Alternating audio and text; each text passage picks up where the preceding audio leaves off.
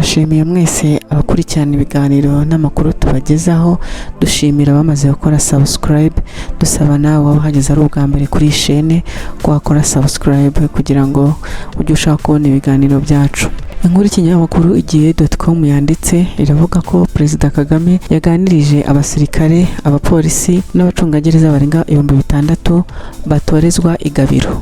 Umugaba w'ikirenga w'ingabo z'u Rwanda Perezida Paul Kagame yaganirije abasirikare, abapolisi ndetse n'abacungagereza barenga 6,000 barangije imyitozo bakoreraga mu kigo cya gisirikare cya Gabiro kiri mu ntara y'Iburasirazuba. Ibiro by'umukuru w'igihugu Village Urugwiro byasobanuye ko iki kiganiro cyabaye kuri uyu wa 25 Kanama 2025 ubwo aba bakozi b'inzego eshatu z'umutekano barangizaga imyitozo ya gisirikare. Bigaragara ko ubwo Perezida Kagame yaganirizaga aba bakozi barimo abaofisiye yari yambaye impuzangano y'ingabo z'u Rwanda RDF. Abaofisiye batorezwa muri iki kigo beretse Perezida Kagame amasomo bakuye muri iyi myitozo arimo ajyanye n'uburyo bwo kuyobora urugamba. Indi nkuru dukesha igihe.com iravuga ko abambere baganujwe ku gitabo cya Miss Nishimwe Naomi.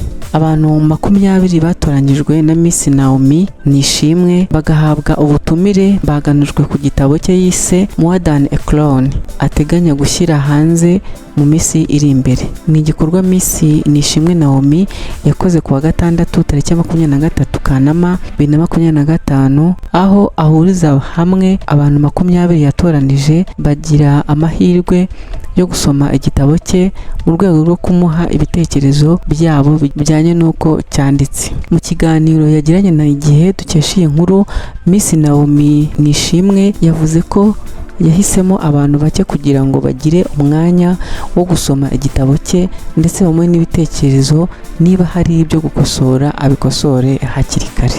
Yagize ati ni uburyo bwo gukosora bwa nyuma, twatoranije abantu bake bakinyuzamo ijisho kugira ngo baduhe ibitekerezo, niba hari n'ibyo gukosora tubikosora hakiri kare. Iki gitabo cyitezweho gusobanura byinshi ku rugendo rw'ubuzima bwa Miss Nishimwe Naomi mu minsi ishize ubwo yateguzaga abakunzi be ibyacyo. Yagize ati More Than a Crown ni igitabo cyanjye cya mbere kandi nicyo kintu mfiteho amarangamutima kurusha ibindi byose nakoze. Nacyanditse nicaye mu marira, nyira ibikomere gahoro gahoro kandi nifitemo icyizere, none kirarangiye kirateguye. Yakomeje agira ati mu mpapuro zacyo harimo imbaraga, amasomo y'ubuzima n'ukwizera kutanyeganyezwa. Ndi gusenga kandi nizeye ko kizakora ku mutima wawe nk'uko cyankozeho mu rugendo rwanjye rwo gukira no kwiyubaka. Nishimwe Naomi yambitswe ikamba rya Miss Rwanda muri 2021. Icyo gihe yari asimbuye Ni Mwiza Megan waryambitswe mu mwaka wa 2019.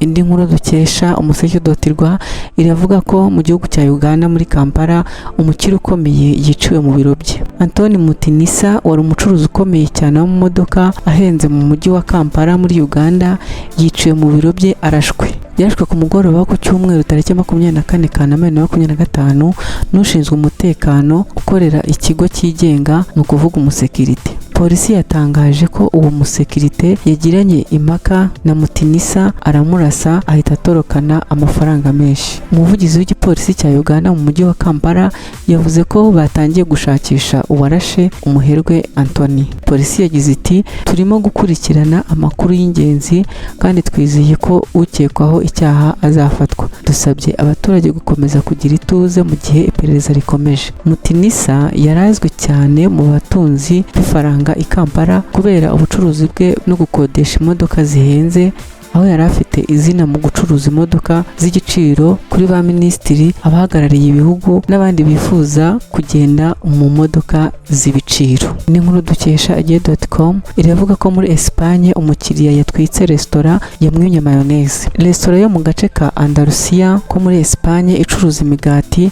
izwi nka sandwich yatwitswe n'umukiriya nyuma yo kumubwira ko bacuruza iyo migati ariko nta ketchup na mayonnaise bagira. Byabaye ku mugoroba kwa 24 Kanama 2025 ubwo umugabo yatumizaga umugati bakawuzana nta mayoneze iriho. Uyu mugabo w'imyaka 50 yabajije impamvu batamuhaye mayoneze, asobanurirwa ko iyi resitora icuruza imigati gusa ariko idakorerwa kuri iyo resitora, bityo ko nta mayoneze na ketchup bacuruza. Biramurakaza atongana n'abahakora. Uyu mugabo yaje kugenda yikoza kuri station ya lisansi iri hafi aho, agarukana agacupa ka lisansi, yongera